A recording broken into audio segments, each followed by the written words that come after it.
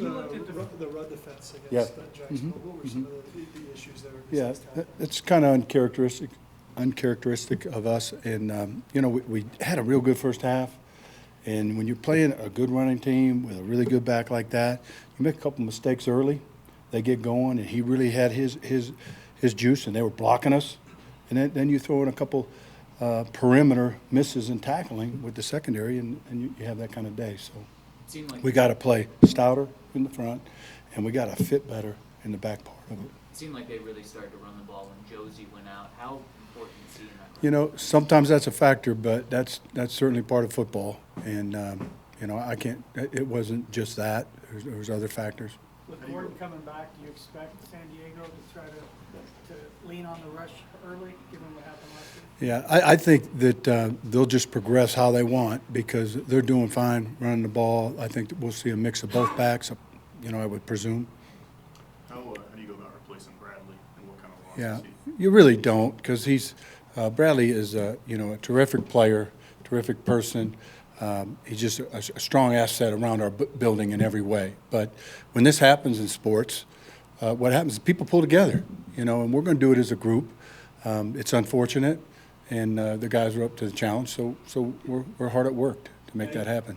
Do you think his absence exacerbates the challenge for Vaughn?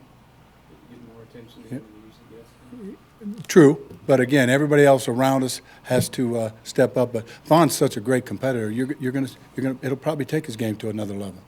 There's an adage in sports, you gotta be strong up the middle, especially defensively, whether it's catcher, second short, center field, center in basketball, or center in ice hockey.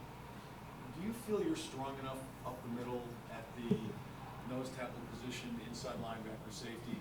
Is that one of the reasons you're having trouble stopping the run? Again, that second half was the time it got going on us, and we've been good to that point, right down the middle. So what we want to do is do that better. You don't abandon what you're doing. You stay the course. Our guys are plenty good to answer your question. It's execution, and we didn't chip in together. A ball bounces out for 16, and a secondary player may not have the right fit. That has nothing to do with the front. They weren't getting pushed around on that play. So there were some of those things added up, and we had a really tough half of football. There's no question about it. Did you work on tackling? Yeah, we're going to work on it how we can. You don't just start ramming people into each other. Drop that water.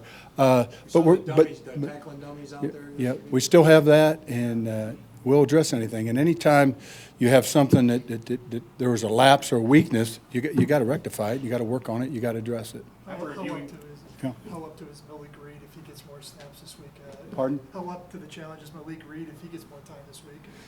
Yeah, every single guy we have here has a good attitude about stepping in, and he did a great job in preseason. And if his reps will go up some, he's ready. After reviewing the tape against Jacksonville, what do you recognize as the biggest differences from what you guys were doing defensively in the first half to the issues you're having in the second? Yeah, every half is separate to itself. We weren't thinking that was coming. We were thinking more like, if we stop them in this first series, this game could change. Because our offense was rolling pretty good. And then there's days when it just doesn't go that way. And we started our own problems, and we didn't finish them on that day. So then you take what you learn from that and you apply it to this next situation and make sure that doesn't happen again. What do you make of Will Tarsis' performance over the last couple of games? Yeah, I think there's been some real good plays from him. He's been reliable. He has a couple tackles he wants back, and in our secondary, when a ball gets to that second level, those are very valuable tackles, and you want to come up, 100% on those, and that didn't happen. But I look for him to be better next time. How do you feel about Justin Hollins playing more outside? He was an edge player at Oregon. As MVP of the Shrine Game playing edge. Yeah. Now he's going to be back outside for you guys. Yeah, he's still alive at both spots. With his length and his size and his speed, he has all the qualifications, to contribute there. So that's kind of how we approach it. Rotation between him and Yeah. Malik, Yeah, basically. correct. You look at the second half, especially the run defense, is a little more fluky, I guess easily correctable versus it being catastrophic. Yeah. Catastrophic is a strong word, but what I would say is we can never accept something as fluky. You have to address it. You got to make sure that something doesn't happen. When people see things, they're going to check it out and see if you fixed it. So that's where we are right now. Vaughn had 2 sacks, drew a couple penalties last week. Even for a veteran, does he use that, the momentum to build on after a slower start? Yeah, that's a question for him, but I would think so for sure. You know, sometimes it takes a minute to get going. He got going.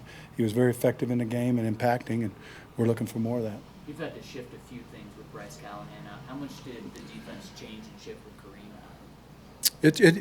It matters when you lose 2 DBs, but we have DBs that we trust and count on. You know, those are tough parts of football, and you got to embrace every part of that as a coach to try to figure out something that works. How do you keep it Time for a rolling? couple more, guys. How do you keep it rolling, getting to the quarterback hits and sacks, especially against a wily veteran like Philip Rivers? You know, that's what we're, intending to do. That was a step forward.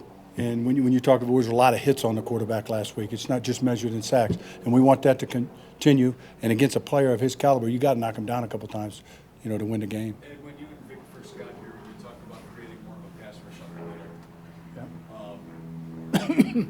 You haven't gotten a great pass rush under the middle. Mhm. That's evident. And now Bradley Chubb's out, so you might not get as good a pass rush from the outside. How do you create a better pass rush under the middle? Yeah, that's real good. You look at different combinations of people.